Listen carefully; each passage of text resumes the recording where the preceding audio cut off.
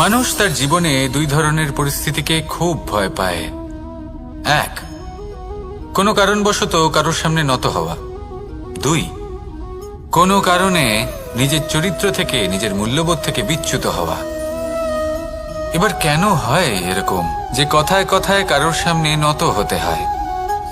কেন বারংবার নিজের চরিত্র থেকে চ্যুত হতে হয়? এরকম কেন হয়? এটা তখনই হয় যখন আমাদের শিক্ষা এবং মূল্যবোধের অভাব থাকে।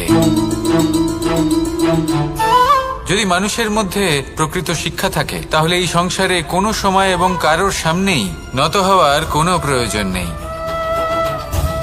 যদি মানুষের মধ্যে মূল্যবোধ থাকে তাহলে তাকে নিজের মূল্যবোধ বা চরিত্র থেকে বিচ্যুত হতে হয় না, তা সে যাই হয়ে যাক না কেন।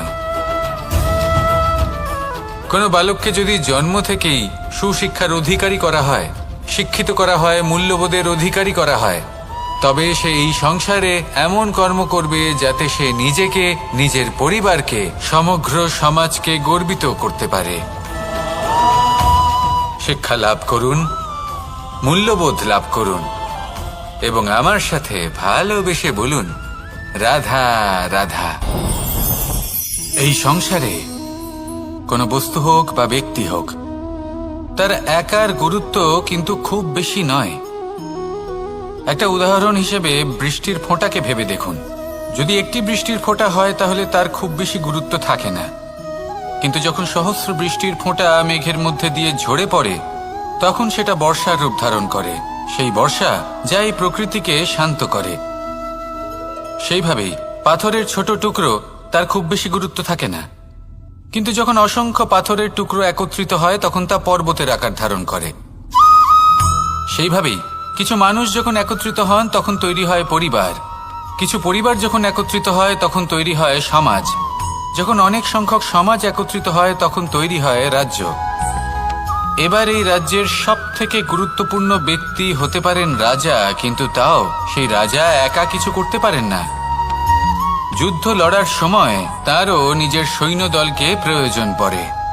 কিন্তু এই সংসারে এমন একজন ব্যক্তি আছেন যিনি একাই সব কাজ করতে থাকেন, এবং সেই ব্যক্তি হলেন মা। আমাদের জীবনে একজন পিতার ভূমিকা কিন্তু নিঃসন্দেহে অমূল্য, কিন্তু আমাদের সকলের জীবনে যে ভূমিকা একজন মায়ের তা অন্য কারোর থাকে না।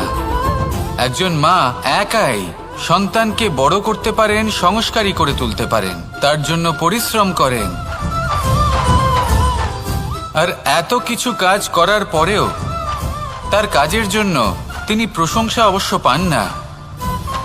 উল্টে যদি সেই সন্তান অনুচিত পথে চালিত হয়, অনুচিত কর্ম করে, তখন সেই মাকেই অপবাদের পাত্র হয়ে উঠতে হয়। আমাদের জীবনে মায়ের যোগদান কতটা সেটা বুঝুন। আপনাকে বড় করে তোলার জন্য উনি কতটা পরিশ্রম করেছেন সেটা বুঝুন। আজ থেকে, এখন থেকে, এই মুহূর্ত থেকে মাকে সম্মান করতে শিখুন। যখন সময় পাবেন, যখন সুযোগ হবে, তখন তার প্রশংসা করুন, ওনারও ভালো লাগবে। আর মায়ের এই মমতার জন্য, তার এই ভূমিকার জন্য আসুন সবাই মিলে আমরা তাকে প্রণাম করি, আর সকলে মিলে ভালোবেসে বলি, রাধা রাধা। মানুষের মানসিকতা এমন হয় যে সে যতটা করে আশা করে যে তার থেকে অনেক বেশি তার বদলে সে পাবে। দেখুন, সবকিছুই আপনার ভাবনা চিন্তার উপর নির্ভর করছে। আপনি যদি ফলের বিষয়ে ভেবে কর্ম করতে থাকেন তাহলে সেটা অনুচিত। জীবনের আসল আনন্দ হলো নিজের কর্ম করতে থাকা, ফলের চিন্তা করা উচিত নয়। যদি আপনি এরকম ভাবেন যে আমি এতটা করছি, আমার এতটা পাওয়া উচিত, সেই ভাবনা অনুচিত। যদি আপনি সেবার মানসিকতা নিয়ে কর্ম করতে থাকেন, কর্মচক্রে প্রবাহিত হন, যদি আপনি এমন ভাবনা রাখেন যে আমি এতটা পাচ্ছি তাই এর থেকে অনেক বেশি আমি কর্ম করব, তাহলে নিশ্চিতরূপে আপনি যতটা করছেন তার থেকে অনেক বেশি আপনি পাবেন, আপনার আশার থেকে অনেক বেশি আপনি পাবেন। শুধু জীবনে অনেক বেশি কাজ করতে থাকুন, ফলের চিন্তা করবেন না। আর মনে রাখবেন, এই ভাবনাই সব থেকে বড় বীজ। কর্মের উপর বিশ্বাস রাখুন, জীবনে যা যা আপনি চান সবই সুখময় হবে। আসুন আর আমার সাথে ভালোবেসে বলুন, রাধা রাধা। আপনি কখনো পর্বতের শিখরে উঠেছেন? আপনি দেখতে পাবেন পর্বতের পদতলে প্রচুর সুন্দর ফুল রয়েছে, সবুজ বনানী রয়েছে। যত আপনি ওপরে উঠতে থাকবেন তত ফুল কমতে থাকবে, সবুজ বনানী কমতে থাকবে। আরো কিছুটা ওপরে উঠলে কাঁটা জাতীয় গাছ দেখতে পাবেন, শুকনো গাছ দেখতে পাবেন। আরো যদি ওপরে ওঠেন তাহলে পাষাণ দেখতে পাবেন। আরো উপরে উঠলে হিমখণ্ড দেখতে পাবেন। এই যে পর্বত, তা মনুষ্য জীবনের সব থেকে উত্তম উদাহরণ। মানুষ যখন সাফল্যের শিখরে পৌঁছতে চান, মহানুভবতার শিখরে পৌঁছতে চান, পথে যত আস্তে আস্তে উপরে উঠতে থাকেন ততই ভৌতিক বস্তু তার থেকে বিচ্ছিন্ন হতে থাকে। যদি তিনি সেই ভৌতিক বস্তুগুলি ত্যাগ না করতে পারেন তাহলে কখনোই সেই স্থানে পৌঁছতে পারবেন না।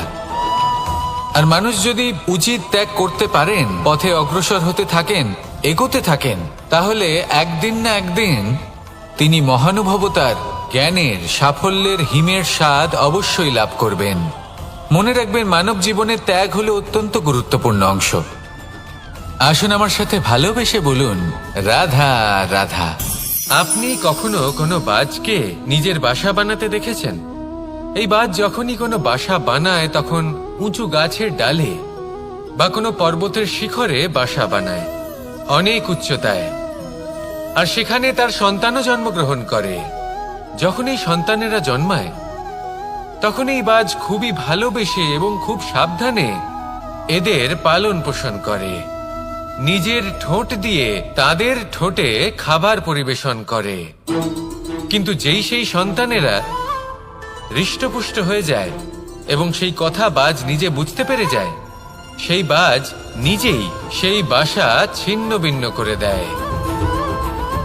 সেই সন্তান যাদের সবেমাত্র ডানা গজিয়েছে, কিভাবে উঠতে হয় তারা জানে না, সেই সন্তানগুলিকে উচ্চতা থেকে ঠেলে দেয়। সেই সন্তান প্রথমে ভয়ভীত হয়ে যায়। তারা সামনে মৃত্যুকে দেখতে পেয়ে ভয়ের কারণে তাদের ডানা ঝাপটাতে থাকে। আর সেই প্রক্রিয়াতেই সেই সন্তানগুলি উড়তে শুরু করে দেয়। এবার এই ঘটনায় আমরা কি শিক্ষা পেতে পারি? এটাই, যদি আপনি মাতা পিতা হন তাহলে নিজের সন্তানকে অবশ্যই স্নেহ করুন, কিন্তু তাদেরকে নিজের আঁচলের তলায় বেঁধে রাখবেন না। যদি আপনি চান আপনার সন্তান জীবনে উন্নতি করুক, তাহলে নিজের মুঠো থেকে তাদের স্বতন্ত্র করে দিন। এই সংসারে সংঘর্ষ করতে দিন। সেই সন্তান নিজেই বুঝতে পারবে যে জন্মের সময় পাওয়া ডানা কি করে ব্যবহার করতে হয়। আর আপনার চোখের সামনে আপনার সন্তান এই আকাশে উড়তে থাকবে। তাহলে আসুন আমার সাথে ভালোবেসে বলুন, রাধা রাধা। এই সংসারে সব থেকে বড় ব্যক্তি কে? আপনি বলবেন, এই কেমন ধরনের প্রশ্ন? কিন্তু এটা হলো সব থেকে উচিত প্রশ্ন। কেউ এর উত্তর দেবে যে সেই মহাপ্রতাপী রাজা, তিনি হলেন সব থেকে বড় ব্যক্তি, সেই বড় রাজনীতিবিদ, তিনিই সব থেকে বড় ব্যক্তি। আমি আপনাকে জানাই যে সংসারের সব থেকে বড় ব্যক্তি হলেন তিনি, যার সাথে দেখা করলে আপনি নিজেকে ছোট মনে করবেন না। কোনো ব্যক্তি যিনি সব থেকে বেশি শক্তিশালী, আপনি যদি তার সামনে যান তাহলে উনি আপনার অন্তরের শক্তিকে বাইরে বের করে আনবে। আপনার অন্তরের লুকিয়ে থাকা শক্তিকে জাগ্রত করতে প্রেরণা প্রদান করবে। তিনি হলেন বড় ব্যক্তি, তিনি হলেন মহান ব্যক্তি। তিনি নন যিনি নিজের বল এবং ঐশ্বর্য দ্বারা আপনাকে তার সামনে ছোট প্রমাণ করবেন। এবং সেই জন্য মহাদেব আমার আরাধ্য হলেন আমার খুব প্রিয়। কারণ রাজা হোক বা ফকির, কেউ যদি ওনার সামনে যান তাহলে সে নিজেকে ছোট মনে করেন না। আপনিও যদি জীবনে অনেক বড় হতে চান তাহলে কাউকে কখনো নিজেকে ছোট মনে করতে দেবেন না। তার অন্তরে বড় হয়ে ওঠার প্রেরণা প্রদান করুন। আসুন আমার সাথে ভালোবেসে বলুন, রাধা রাধা। সূচের শেষে একটি ছিদ্র থাকে যার দ্বারা আমরা এই সুতো পরাতে পারি। আর তারপর সূচের সাহায্যে এই সুতো দিয়ে বস্ত্র সেলাই করা যায়। কিন্তু যদি সুতোটা সোজা করে ধরা না হয় তাহলে সূচে কখনো এই সুতো পরানোই সম্ভব নয়। যদি এতে কোনো গিঁট পড়ে তখন তা কখনোই এই ছিদ্র দ্বারা প্রবেশ করা সম্ভব নয়। ঠিক এইভাবেই যদি আপনি কারোর জীবনে প্রবেশ করতে চান, কারোর অন্তরে প্রবেশ করতে চান, তাহলে আপনাকেও সহজ থাকতে হবে। এতে কোনো গিঁট থাকলে চলবে না, অর্থাৎ মনে যাতে কোনো মালিন্য না থাকে, যেন কোনো কুচিন্তা না থাকে। যদি এসব থাকে তাহলে আপনি কখনো কারোর জীবনে প্রবেশ করতে পারবেন না। আর যদি কোনোভাবে আপনি প্রবেশ করেও যান তাহলে তার মনে ঘর করতে পারবেন না। নিজেকে এই সুতোর মতন করে তুলুন, সহজ। মনে যেন কোনো কুচিন্তা না থাকে, সবার প্রতি যেন সদ্ভাবনা থাকে, শুভ চিন্তা থাকে। এমনটা করতে থাকুন। এমন একটা দিন আসবে যেদিন এই সমস্ত সংসারের ব্যক্তির মনে আপনি বাস করবেন। আর তখন এই মন প্রসন্ন হয়ে বলবে, রাধা রাধা। কথায় আছে যে এমন কোনো অক্ষর নেই যার দ্বারা কোনো মন্ত্র হয় না। এমন কোনো বনস্পতি নেই যা নিজেই একটা ঔষধি নয়। পৃথিবীর এমন কোনো ব্যক্তি নেই যার মধ্যে কোনো যোগ্যতা থাকে না। শুধু প্রয়োজন হলো যে ব্যক্তিকে আমরা খুঁজে চলেছি তাকে সঠিকভাবে চিনে নেওয়া। যদি তার যোগ্যতা, তার বিশেষত্ব আমরা বুঝতেই না পারি তাহলে আর লাভ কি রইল? এই সংসারে এমন অনেক ব্যক্তি রয়েছেন যারা ছোট ছোট অসফলতার কারণে আপনাকে এটা বলে দেবে যে আপনি কোনো কাজের নন, আপনি হলেন মূর্খ, আপনি কিছুই করতে পারবেন না। এইসব কথায় কখনোই বিশ্বাস করবেন না, কারণ আপনি এবং প্রত্যেকটি জীব এই পরমাত্মা এবং এই প্রকৃতির সৃষ্টি, যা অত্যন্ত বিশেষ। যদি আপনাকে উদাহরণ দিই তাহলে একদিকে আছে তরোয়াল, একটা বড় লম্বা তরোয়াল যার দ্বারা যুদ্ধ করা যায়, জয়লাভ করা যায়। আর অন্যদিকে রয়েছে একটা ছোট্ট সূচ, কিন্তু যে কাজ একটা ছোট্ট সূচ করতে পারে তা একটা তরোয়াল দ্বারা সম্ভব নয়। এর অর্থ হলো এটাই যে প্রত্যেকটা রচনা অত্যন্ত অমূল্য এবং অত্যন্ত বিশেষ হয়। তাহলে বিশ্বাস রাখুন যে আপনি অত্যন্ত বিশেষ একজন, আর প্রেমের সাথে বলুন, রাধা রাধা। এটা হলো ধান গাছ। এর থেকে যে চাল উৎপন্ন হয় তা মানুষ গ্রহণ করেন। আর এটা কি? এ হলো জংলি ঘাস। একবার ভেবে দেখুন, যদি এই জংলি ঘাস ধান গাছের আশেপাশে থাকে তাহলে কি হবে? ধান উৎপন্ন হতে পারবে? তা উৎকৃষ্ট হতে পারবে? আমরা কি তা গ্রহণ করতে পারবো? কখনোই নয়। এই জংলি ঘাস ধানকে নষ্ট করে দেবে, কিন্তু নিজে জীবিত থাকবে। এটাই হলো আজকের শিক্ষা। এই সংসারে যদি আপনি নীতির পথে চলতে চান, উচিত কর্ম করতে চান, সংসারকে সেবা করতে চান, তাহলে জংলি ঘাসের মতো ব্যক্তিদের থেকে সবসময় দূরে থাকতে হবে। সেই ব্যক্তি যারা দুর্নীতি এবং মিথ্যা দ্বারা পরিপূর্ণ, যাদের ব্যবহার অশুভ, যাদের অনেক অশুভ গুণ রয়েছে, তারা সঠিক নয়। সেই সকল ব্যক্তি যাদের চরিত্র অত্যন্ত দুষ্ট হয়, তারা হয় শুভ চরিত্রের ব্যক্তিকে একদম নষ্ট করে দেয়, নয় নিজের মতো বানিয়ে তোলে। তাই যদি আপনি নীতির পথে চলতে চান, এই সংসারের জন্য শুভ কর্ম করতে চান, তাহলে সেই সঙ্গ লাভ করুন যে সঙ্গ জ্ঞানে পরিপূর্ণ, যাদের মধ্যে অনেক গুণ আছে, যাদের থেকে প্রতিদিন কিছু শিখতে পারবেন। এমন ব্যক্তির সাথে জীবন অতিবাহিত করুন, দুরাচারীদের থেকে দূরে থাকুন। তবেই এই মন প্রসন্ন হয়ে বলবে, রাধা রাধা।